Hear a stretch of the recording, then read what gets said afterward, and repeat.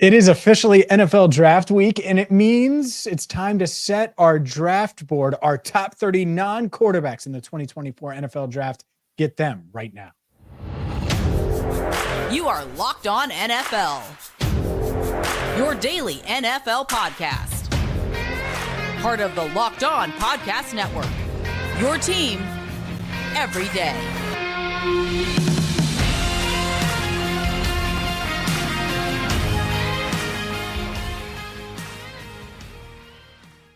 Hi again, everyone, and welcome in to Locked On NFL. I'm James Rapien. He is Chris Carter, and it is draft week, which means you should subscribe on YouTube, follow wherever you get your podcasts right here to Locked On NFL. Be sure to check out Locked On NFL Draft as well. And I'm sure if you're listening to this, you have your favorite team. Well, we have you covered, your team every day here on the Locked On Podcast Network. Today's show is brought to you by Monopoly Go. I admit it. I have a competitive side, and my competitive side is a big fan of Monopoly Go, the mobile hit twist on classic Monopoly. So join your friends and download Monopoly Go, now free on the App Store or Google Play. And Chris, let's dive into our top 30. What we're going to do is rank the top 30 players in this draft class that are non-quarterbacks, because quarterbacks make it weird and they're higher on some teams' draft boards and non-existent on other teams' draft boards that don't need a quarterback. So let's cut all them out. Let's trim the fat and let's get to the top players in this year's draft class. You get the honors, by the way. I get the honors of going first. That's awesome. I think it's always like you're right. It's always interesting to look at this from a perspective of, if you're a team like the Bengals that doesn't need a quarterback, all these other teams that are looking at quarterbacks, you're hoping that that 6 quarterbacks fly off the board before the Bengals pick at 18 this year. So like that would, and if something like crazy like that happens, that means there's only 12 position players that can be picked before the Bengals pick, and that leaves you with so many opportunities to get a really great prospect out of the NFL draft. So that's why we're taking quarterbacks out of consideration here. I know there's a lot of people that love to talk quarterbacks, but we've done that a lot here on this show. Let's talk about non-quarterbacks. I'm going to start with the guy that I think everyone looks at is probably going to be the first non-quarterback off the board, and that's Marvin Harrison Jr. He's my number one pick right out of the gate. I think that he has the highest ceiling and the highest floor of players here. I think that he can be the best receiver in the NFL. I think he showed all the traits that he needs to show. But after that is where things get interesting, because there are differing opinions on who is the next best player, let alone best receiver there. Who's your number 2 non-quarterback in this draft class, James? Yeah, I think it is interesting because you could go a few different ways here. I think Rome Odunze is higher on some boards than Malik Nabers. Malik Nabers is probably the favorite for this. And then in between there, you have a guy in Joe Alt who is just a stud. But to me, I'm going to go with Nabers. I think his quickness, how sudden he is, his ability in this day and age in a wide receiver world, and that's exactly what it is. Wide receivers are one of the most important positions in the game now. And yeah, there are a lot of them, but there aren't a lot of them like Malik Nabers. There aren't a lot of them like Marvin Harrison Jr. And that's why both of these guys are going to hear their names called very, very early on draft night. I have Malik Nabers as the number 2 on our big board. And number 3 is the guy you mentioned, Rome Odunze. I think that he's right up there with these guys. There's not a lot of Rome Odunzes. And listen, I know we just named 3 straight wide receivers, and they're like, what, should we have just removed wide receivers from this group as well? But hey, that's the thing, is wide receivers go at a premium when you can get in a truly elite one. And I think that all 3 of these guys have the best traits to become elite in this class. So the top 3 receivers go off the board right away here. In our top, we have our top 30 non-quarterbacks that we're picking here. And I imagine now that these guys are gone, we got to switch it up. Is this where Joe Alt comes, James? No. Whoa. Brock Bowers exists. Brock Bowers exists. Okay. Brock Bowers is really hard to find, man. And I know everyone talks about positional value and all of those things. Whatever. This dude is a receiver and he's a tight end. He's a dynamic weapon. He's better than advertised, I think, from a perception standpoint, from a blocking standpoint. Runs a 4.4. He's going to be a problem if he goes to the right situation. Now, he could have a problem if he goes to the Saints, or he goes to some of these teams that might be less established. But the Jets, yeah, it could work. But if I'm the Bears, I wouldn't let him get past 9. I think if those top 3 receivers are gone, I would just take Brock Bowers at 9. Even though you have a tight end, that's fine. He's not Brock Bowers. So Brock Bowers to me is number 4 on this big board and right behind these 3 receivers. Well, that's what I was going to ask you is that, like, the fact that they have a really good tight end on their roster right now, that doesn't deter you. That's interesting with Brock Bowers there. Because he's a receiver. I mean, you can put him in the slot and let him cook for Caleb Williams. I do think getting a top receiving option for Caleb Williams should be a priority in this draft class to pair with him. Granted, though, I wonder what defensive options would be available there too at 9 overall. But let's not get ahead of ourselves. Let's move it along. So you had Brock Bowers as the 4th best non-quarterback. Then I will then go with Joe Alt as the number 5 player on this list. I think that he's the best offensive lineman period in this draft class. I think he tested well. He's built. He is the prototype. He is everything that you want in an offensive tackle. I think that he will be a great player in the NFL moving forward. And he's the first of what I think will be many offensive tackles that we name on this list here, because there are quite a few of them. But who's number 6 on your list here, James? Quinyon Mitchell. I think he's one of the best players in this draft. I think he's checked every box throughout this class, throughout this process rather. And what's the scare here? I mean, he went to the Senior Bowl and was the best corner there. It's not like he was just beating up on MAC competition in Toledo and then went to the Senior Bowl and looked average. He was that dude. Talk to anyone there. And then he goes to the combine and he still looks like that dude. And so I'm going to treat him like that dude. I have him right here at number 6. Number 6, Quinyon Mitchell. I think he is that dude. I think he's the best corner on my big board here. My number 7 player is Olu Fashanu out of Penn State, the offensive tackle. I think that Fashanu is the best pass blocking left tackle, pure pass blocker of this class. But I think Joe Alt has him in run blocking, and I think that's why he falls behind him for sure. But if you're looking for a pass protecting left tackle to keep the blind side of your quarterback safe, Olu Fashanu, I think, is your guy once Joe Alt is off the board. And I think that he won't make it outside of the top 12, if not the top 10. But that being said, who's your number 8 player? We've had a cornerback and a tight end and 2 tackles off the board, along with 3 receivers. Now we're going to see another offensive lineman and someone that can probably play all 5 spots, and it's Troy Fautanu. And I do wonder where he ends up, what he ends up playing, because I think he can play tackle in the NFL. I also think he would be a good guard, maybe center as well. So Fautanu to me is a quality piece here, and I'm not sure he's going to make it past the first 15 picks. Fautanu is a fascinating player. I think you're right. His versatility is extremely impressive. I'm gonna go with another offensive lineman here. I know that's the thing about this offensive tackle class. I think that they're gonna fly off the board really fast this year. And if people are going to other positions, it's just going to put guys who I think are really deserving of being a top 10 in most regular offensive tackle classes. I think it's going to push some of these guys down into the lower teens of the picks here. My number 9 pick here is Talise Fuaga. I think that he is the best pure run blocking offensive tackle of this class. If I needed a road grader, it would be him.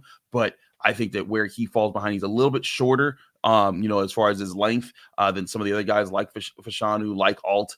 And I think that could come back to bite him in the long run. I think that might push his value down to some who think like, he might not be great against some of the better, the best edge rushers in the NFL. But I think that if you're looking for a right tackle, a true bruiser on an offensive line, I think he'd be your guy. He's my number 9 pick. Wrap up the top 10 for us here, James. Who's the 10th best non-quarterback on the list here? Byron Murphy.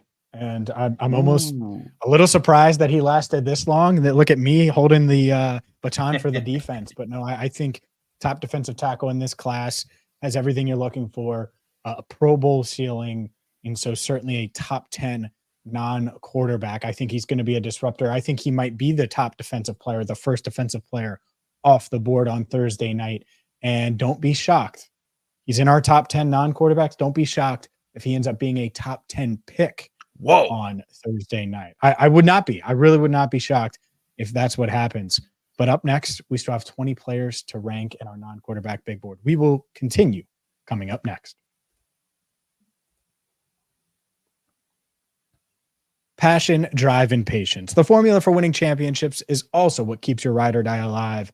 eBay Motors has everything you need to maintain your vehicle and level it up to peak performance. From superchargers, roof racks, exhaust kits, LED headlights, and more. Maybe you're looking for regular maintenance and an engine air filter, cabin air filter, spark plugs. eBay Motors has it. Whether you're into speed, power, or style, eBay Motors has you covered. With over 122 million parts for your number one ride or die, you'll always find exactly what you're looking for. With eBay Guaranteed Fit, your part is guaranteed to fit your ride every time or your money back. Because with eBay Motors, you're burning rubber, not cash. Keep your ride or die alive at ebaymotors.com. Eligible items only. Exclusions apply. eBay Guaranteed Fit, only available to U.S. customers. Back here on the Wednesday edition of the Locked On NFL podcast, Chris Carter here with James Rapien. We're breaking down our top 30 non-quarterbacks of this NFL draft class. We've done our top 10. 1 was Marvin Harrison Jr., 2 was Malik Neighbors, 3 was Rome Odunze, 4 was Brock Bowers, 5 was Joe Alt, 6 was Quinyon Mitchell, 7 was Olu Fashanu, 8 was Troy Fautanu, 9 was Talise Fuaga, and 10 was Byron Murphy. Now it's my turn. I lead us off with 11 here. James, I'm going to go with Terrion Arnold because I think if Quinyon Mitchell had not tested amazingly at the combine, I think Terrion Arnold would still be everyone's number one cornerback. But I think when you look at tape, he possesses great traits. He flips his hips. He turns. He can run with anybody. He only ran a 4.5. I think that also hurt his stock a little bit in the 40-yard dash. But this guy hits. This guy is physical. He knows how to play the ball. He's a leader. If Terrion Arnold falls to me and I'm in the top 15, I'm gonna have a hard time passing up him because I think that he can be a number one corner in the NFL. But who's your number 12 player, James? J.C. Latham. I think he's arguably the best pass blocking right tackle, proven right tackle that is here now. Olu Fashanu might very well be that if he ends up playing right tackle in the league. Obviously, he's lined up at left tackle. But no, I think J.C. Latham, he didn't do the athletic testing. We don't know how fast he is or the 3-cone or anything like that. And at the same time, I think he's a pretty surefire prospect. I think for most teams, that's where this is around where J.C. Latham will go. I think so too. I think that there's a really good chance that you see these tackles fly off the board. Just a note here, we've done our top 12 non-quarterbacks. 5 of them are offensive tackles. That's how crazy this offensive tackle class is when we're ranking and them. More to come. And exactly, we're not done yet. 13, I'm going to go with Laiatu Latu, the edge rusher out of UCLA. We haven't had an edge rusher go off the board yet, and I think that's kind of interesting. But I think just this year, this isn't a bad year for edge rushers, but they're not the premier position of this draft class. I think that's where I think that we're seeing that here. So it's not a knock on the edge rushers. I do think we could end up seeing one of these guys go, one of these edge rushers go in the top 10. Because I think there's teams that need edge rushers and they'd be happy to take them. But I'm gonna go with Latu out of UCLA. We're at 14 now, James. Who you got next? Another offensive lineman, offensive tackle, a guy that I think is almost being underrated now. And I might take him ahead of J.C. Latham, and it's Amarius Mims. Mm-hmm. I think Amarius Mims has everything you could look for. And there's no question about his football character or his work ethic. He didn't play a lot because he was playing behind pros at Georgia. His first career start was in the college football playoff. And you just look at this guy, 6'7", 340, carries that 340-pound frame about as well as any human being on the planet, moves well, is a quality pass blocker, not refined as a run blocker yet, by all accounts, when you read scouts and these draft analysts. At the same time, he could be the best offensive tackle in this class. And so I can't let him fall past 14 here. I think Amarius Mims is a no-brainer. I think so too. I think he is just a super talent with the perfect build Like as far as if he had more experience, he might be out Joe Alt. Like if he had the experience, he Mhm. might be he probably be at worst he would be right after Joe Alt in this class. I think that he has he might have the highest ceiling of anyone in this class. I think that the thing is people see the 8 games played, they see some injuries, and they're thinking, I don't know, so maybe he falls down there. But I'm going to go with number 15 here. I'm going to dip back into the defensive side of things, and I'm going to go with Dallas Turner because, again, I think edge rushers are still important, but I also think that, I'm right with you that offensive tackle this year is just so good. But I do think that it's not that far of a drop-off between Latu and Turner. I think it just depends on what your size is. I think Turner might be more ready right now as an edge rusher to make a difference, but I think Latu has the higher ceiling, which is why I ranked him higher. But I have no problem ranking Dallas Turner at 15th overall. But now we've had 2 edge rushers and we've had 6 offensive tackles here, and only I think 2 corners. Do we start to see more corners fly off the board? Or you got other priorities here, James, with 16 coming up? Well, you're going to get your shot at corner because I think at some point another receiver needs to come off the board.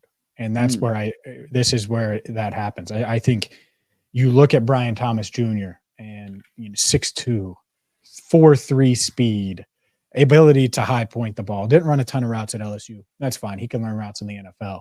I think Brian Thomas Jr. needs to come off the board right here and be our 16th player. 16th player. That makes a lot of sense. He led the college football in receiving touchdowns with 12 last year. Fantastic. Go up and get him guy. Has great athleticism. I don't think anyone would be mad to have a Brian Thomas on their roster and receiver. But that's where I will go corner next. I'm going to go with a guy who people say maybe he could play safety. And I'm talking about Cooper DeJean right there. I think Cooper is a fantastic prospect. His flexibility is amazing. I think that any team that gets him is going to be happy with him to put him either at corner or at safety, but because he can rotate between the slot, the outside, and the safety position and do so in an elite fashion. That's why I have him at up there pretty high. So at 17, we have our 18th ranked player here. Who's that guy for you, James? Well, I'm going to go edge for the first time, and Jared Verse still on the board. Jared Verse not on the board any longer. I think that he has a chance to be one of the top edges, certainly in this class, maybe the top edge in this class when it's all said and done. You look around, and he might be number 2 on a lot of boards. So falling just a little bit to the third edge off the board, I think it's pretty good value here. So, yeah, I have Jared Verse. Jared Verse, I've covered him in the ACC. Fantastic player. I think he'll have a great NFL future.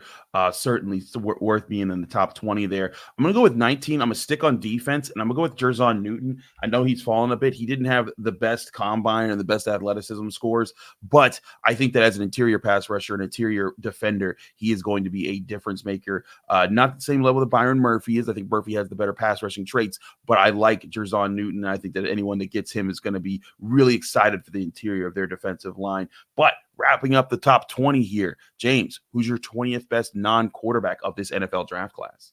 It's funny. I was torn between Newton and Verse, and I went with Verse instead of Newton. And so great minds think alike. Newton right off the board after that. And now I'm going to go corner. And I think Nate Wiggins is someone man-to-man wise, speed-wise. I get it. The size isn't necessarily there, but you can only ding him so much for being a $173 when you see those coverage skills. So I think Nate Wiggins rounds out our top 20.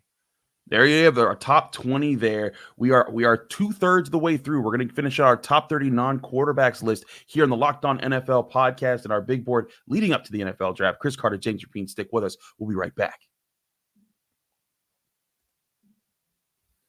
But first, we want to remind you that this show is also brought to you by Monopoly Go.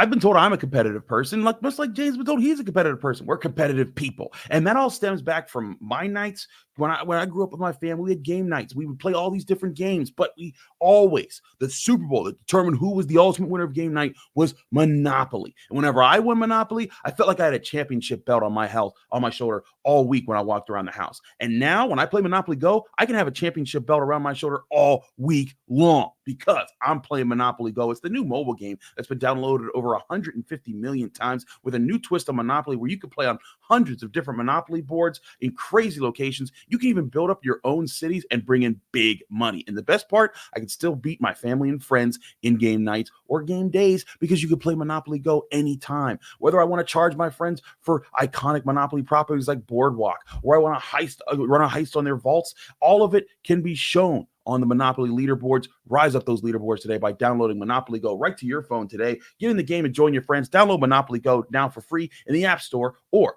Google Play. All right, Chris, let's dive into the final third of our big board here. We have 21 through 30 to get to, and then I'll run through all of our picks at the end. But with the 21st pick, who do you got? 21st pick, I'm going to get back to offensive line, but this one's more of a versatile piece that some people say he's not an offensive tackle. And I'm going with Graham Barton out of Duke because I think that he could play center, guard, or tackle. I love Graham Barton at the center position. He played it as a freshman, so he's not completely coming in blind. But if you look at relative athletic scores, there are two players who I have fitting in my top 30 here that have a 9.99 relative athletic score. Graham Barton is the first. If I had my pick, that next player who had a 9.99 would be the 22nd pick. But who is your 22nd best non-quarterback of this draft class? Wow. Is it Tyler Guyton? Is that who you had? That's not who I had. That's not who I'm picking. That's not who I'm picking. Okay. Chop Robinson is the next guy for me. Whoa, Chop, bringing in the edge rusher. Yeah. Yeah, another edge rusher. So I couldn't remember his relative athletic score, but no, I think Chop is one of those guys, again, where I think certain teams are going to love the fit. Others are going to be out and prefer a Jared Verse. But I think at this stage of the draft, Chop Robinson comes in, and it's pretty good slot for him. He has great traits. I've seen him at Penn State. He could be an elite edge rusher in the NFL. I think some people are scared by his lack of total sack production in college. Mm-hmm. Don't be. I think he'll be a very good player. Then I will go with the player that I was talking about at 23, and that's the only other guy here with a 9.99, and that's Adonai Mitchell, the receiver out of Texas. He tested amazingly. He has a blazing 40 speed. He's extremely explosive. He can go up and get the football. He can run great routes. I think Adonai Mitchell could be he has the potential to rise up and end up being the most dangerous receiver of this class, even though we talked about those other guys that are great. I think that those guys have higher floors and higher ceilings, but I think Adonai Mitchell could surprise everyone and at the end of their careers end up being the guy who surpasses them. And again, this is the guy I'm ranking those guys well above Adonai Mitchell in my big board here. I just think his potential is a lot higher than people are giving it credit for. Just the tape that I've watched, the plays that I've seen him make, I think Adonai Mitchell has a great future in the NFL. His athleticism scores is perfect. Give me him at the 23rd spot there. Perfect, because I'm going to pick a guy that's going to lock him up if they go against each other. Kool-Aid McKinstry is next. Kool-Aid McKinstry. I'm just kidding about the lock him up. But no, one of the best names in the draft. Obviously, it's a nickname. But yeah, love some Kool-Aid McKinstry. Played better in 2022 than he did in 23. But really good value here. And I think could slide into the back end of that first round, and a team could be really happy with him. Absolutely. I like Kool-Aid McKinstry a lot. I think he's been dinged because he didn't have a great pro day. He didn't run at the combine. He dealt with some injuries, but if none of that happened, he was going to be much higher on this list for a lot of people there. Then I'm going to go back to the offensive line, and I'm going to go with the first pure center on the board here, and that's Jackson Powers-Johnson at 25. I think Jackson Powers-Johnson, he really boosted himself by how he showed up in the Senior Bowl because a lot of people were wondering who was the best center in this class. I still think Graham Barton is going to end up being the best center of this class. But if you need one, I think a team like the Cowboys in the mid-20s, they could end up getting a Jackson Powers-Johnson. If Graham Barton goes before the Dolphins at 21, I think that they'd be happy to take a Jackson Powers-Johnson. But I think that he out of Oregon, I think that Jackson Powers-Johnson is the guy who can be a difference maker in the middle of the offensive line. But now we're at the back half of the 20s here. 26th player. Who's that for you, James? Tyler Guyton. He has all the tools that you're looking for. Needs to be refined a bit, but he has the athleticism, and he certainly has the size, the traits, and he's hard to find and would go much earlier, but there's a run on tackle. So he could fall into early day 2, but might go in the first 25. It would not shock me at all, but he's our 26th player.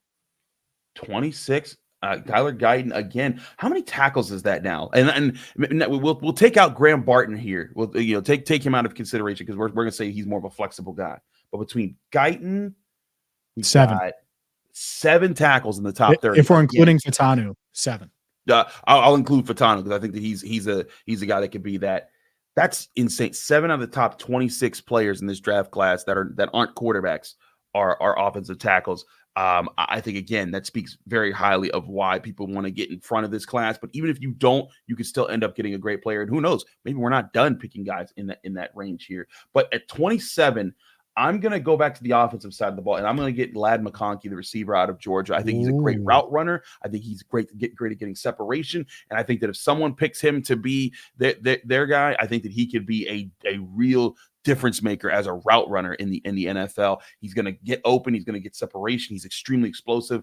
I had a 9.34 relative athletic score. Give me Ladd McConkey in my top 30 at 27. We're running out of spots here. We only got 3 more spots here to pick in our top 30. James, who's your 28th best non-quarterback? Man, I'm taking all the edges, but Darius Robinson is a stud. I love him. I mean, I love him. I think Darius. He's if I'm one of these teams early in the first round, obviously, let's say the Falcons, for example. I'm trying to think if they have a second round pick. I assume they do, but they've been talked a lot about edge. Man, if you could get Darius Robinson in round 2, or you're one of these teams, Carolina has 2 picks in the 30s. Darius Robinson is mighty, mighty attractive. You lost to Brian Burns. I'm not saying he's going to be that, but he might be able to help you in that department. So I like Robinson a lot. Love putting him here. He definitely deserves to be in the top 30. The other thing I love about Robinson, he's extremely flexible. He can play on the inside as well. The Steelers have talked to him about potentially playing on the inside. And I talked to him at the combine. He's like, look, I'm happy to play wherever. I'm going to do damage wherever. And I've seen tape of him doing damage wherever. So he could be a tweener, but I don't think that he's a tweener in the way that like some guys come out and they either can play edge, but can't really play on the inside, or they're great on the inside and maybe just okay on the outside. I think he's a guy that could legit do both. I do think that he'll have to commit to one in the NFL and then build his body that way, because he can be leaner and he can also get thicker. But his body type, his traits, I think Darius Robinson would be a fabulous addition on the defensive front here. I'm going back on offense though for 28 here, and I'm going back to the center position. I'm getting Zach Frazier, and Zach Frazier is a guy who I've seen be physically dominant at West Virginia. He's got those wrestler traits. I love getting interior blockers. He can be a road grader, but he's also a great communicator. I think if he didn't have a leg injury in this past year that ended his season, I think that there's a chance that he could have been ranked as the first or the best offensive center of this draft class. But even so, I think that he'd be a fabulous addition. I think that there's, center isn't always a premium position in the draft in draft classes, but I think there's those 3 guys that we've talked about: Barton, Jackson Powers Johnson, and Frazier. When you look at those 3 guys, those are your guys. If you really need a center, and the Steelers are one of those teams that really need one, if you could find a way to get them without overspending and passing up one of these premier tackles, it would be a huge way to add to your line while also still getting another key position. But I'm interested to see how far the centers far. We only got 2 picks left here. James, who's your 29th best player that's a non-quarterback in this draft class? This is 30. This is it. Wait, this is 30? I thought that Jack Frazier was 28. Whoops, I missed one. No. You missed one. Yeah, you missed one. Oh, no, you're right. I put Robinson as 27. Whoops. So that was 29. So this is the last one here. My apologies to everyone for throwing off the show there. 29 was Zach Frazier. Who's 30? You said 3 centers. Might as well go with 3 defensive tackles. And Chris Jenkins, I love him. I love the bloodlines. I love the defense that he's coming from. I certainly think that he's someone, if you don't get Byron Murphy, let's say the Falcons don't get Byron Murphy at 8, that second round, I keep using the Falcons because I think they may be the team that takes the first defensive player. Man, you feel really good about getting him in the 30s or certainly the 40s if you're looking for defensive tackle help. So I think he deserves to be in the top 30. And other names that I was considering here, just to give you an idea, Kingsley Suamataia out of BYU almost had that another offensive tackle, almost had another guard. Cooper Beebe out of Kansas State, someone that I would have considered in this range. Mike Sandristrell out of Michigan is someone that I would have considered a bit. Yeah. James, I think that he is the next reincarnation of Mike Hilton. Would you agree? Yeah, everyone's making the comp, and it's Yeah. hard not to. He's a playmaker. He's 5'9". He'll do whatever he needs to do to He's a make difference plays, and so maker, man. no doubt, no doubt. So those are some of the other guys that I was giving consideration to with that final pick. Jordan Morgan as well is someone that fell Yes. that I could certainly see fitting in the top 30. But this is a good exercise for everyone because we point out, oh, well, this guy's going to go in the first round. This guy's not everyone can go in the first round. Nope. This is with non-quarterbacks, and there are going to be guys in this board that are there in the middle of round 2 for sure. Yeah. So it's going to be fun. And that's why I think this draft class has so much potential here. Some of the guys that I had on the list that didn't make it here, Troy Franklin would be my next receiver out of Oregon, a 9.02 relative athletic score. My defensive tackle, who I would have picked over Jenkins, would have been Braden Fisk out of Florida State. I think that he tested extremely well. I love his traits, but I also love Chris Jenkins, so I ain't mad at that either. Sanders still would have been there. Peyton Wilson, the linebacker of NC State. We didn't have any linebackers in our top 30, and I think that he's a fantastic athlete. Xavier Worthy with his 40-yard dash time, and Xavier Legette would have been further down, but still another person that I would have that I was looking at here. But there you have it, our top 30 non-quarterbacks in this NFL draft with our big board here. James, take us home here. I think this was a very fun experiment with just one. Tomorrow is the NFL draft. Yep. NFL draft starts Thursday night. We're going to have you covered. Chris will have you covered on Locked On Steelers. I have you covered on Locked On Bengals. And of course, here on Locked On NFL, the draft isn't going to stop. We're going to have you covered wall to wall NFL draft. So hit that subscribe button on YouTube, follow wherever you get your podcast. For Chris Carter, I'm James Rapien. Thank you so much for listening to Locked On NFL.